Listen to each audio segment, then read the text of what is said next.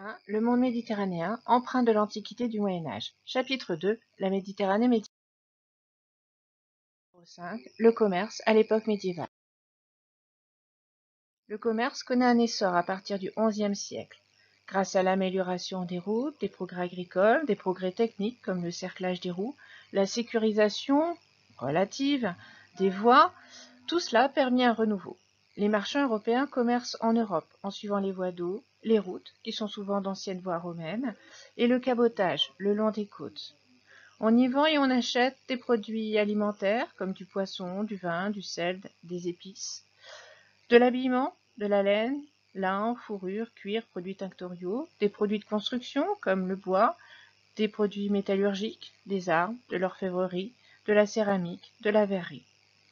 La Méditerranée met en contact les trois civilisations et de nombreux produits circulent, souvent des produits rares venant d'Orient, comme le sucre, la soie. Les marchands s'organisent et s'enrichissent, et ils développent parfois une industrie, comme l'industrie technique, textile et foires. Avec Lagny, Bar-sur-Aube et Troyes, Provins accueille 2 foires par an, en mai et en septembre. Chacune dure 3 semaines. La première semaine est vouée à la montre, c'est-à-dire l'exposition de la marchandise.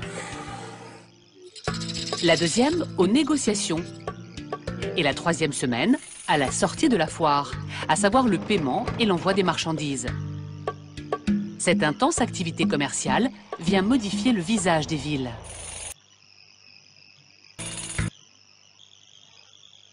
Les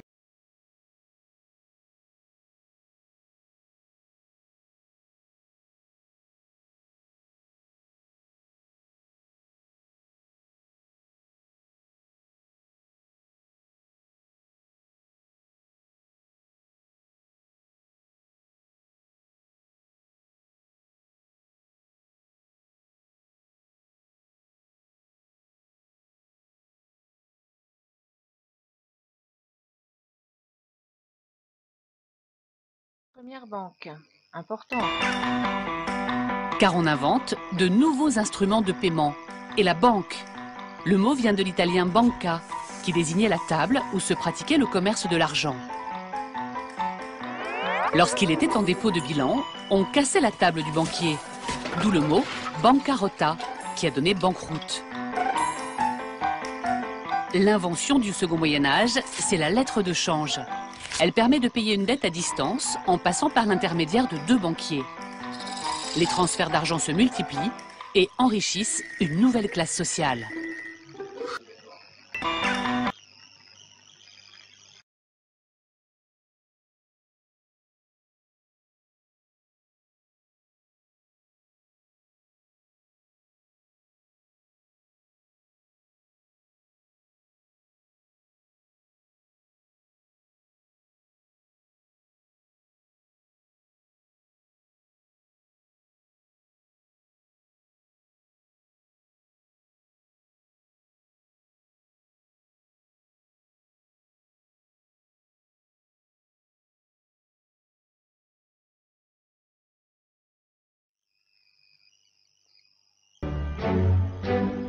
La anse. Jusqu'alors, les donneurs d'ordre étaient les évêques et les souverains.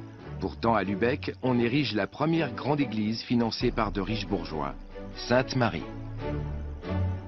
Plus haut édifice en briques du monde, elle symbolise la puissance d'un nouveau groupe social qui joue un rôle de plus en plus influent en Europe, les marchands.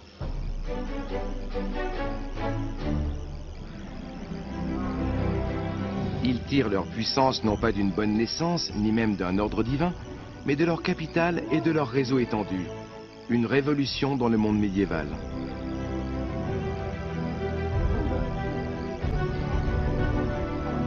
Au XIIIe siècle, en Europe du Nord, un groupement de villes et de marchands va se muer en véritable superpuissance, la Hanse. Lübeck est à la tête de cette association durant des siècles. La Hanse est un espace économique commun, une sorte d'Union européenne médiévale. Mais loin de susciter une aversion désabusée, elle est en pleine effervescence et animée d'un vent de renouveau. S'affranchissant des frontières politiques, les marchands partagent des règles et des valeurs communes. Les Hanséatiques ne sont pas des bureaucrates. On les surnomme parfois homines duri, les hommes durs. Depuis les ports de la mer Baltique, ils conquièrent le nord-est de l'Europe à grand renfort de harengs, de bière et d'étoffes raffinées. Dans les grands centres urbains étrangers, notamment à Bruges, ils établissent des comptoirs commerciaux faisant office de succursales où transborder les marchandises. Les opérations bancaires et de change ont lieu dans la maison de la famille Van der Beurzo, la première bourse du monde.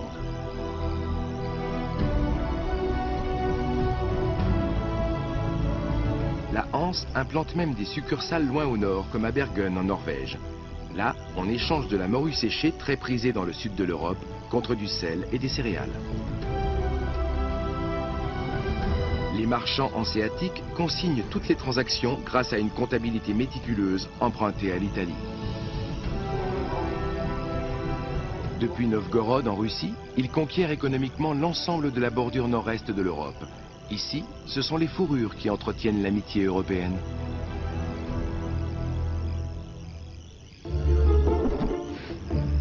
Au XIVe siècle, ce réseau commercial pan-européen englobe plus de 200 villes situées dans 20 des États actuels. De Bruges, Bordeaux et Londres à l'ouest, jusqu'à Cologne, Nuremberg et Venise au sud, en passant par Novgorod, Riga et Tallinn à l'est.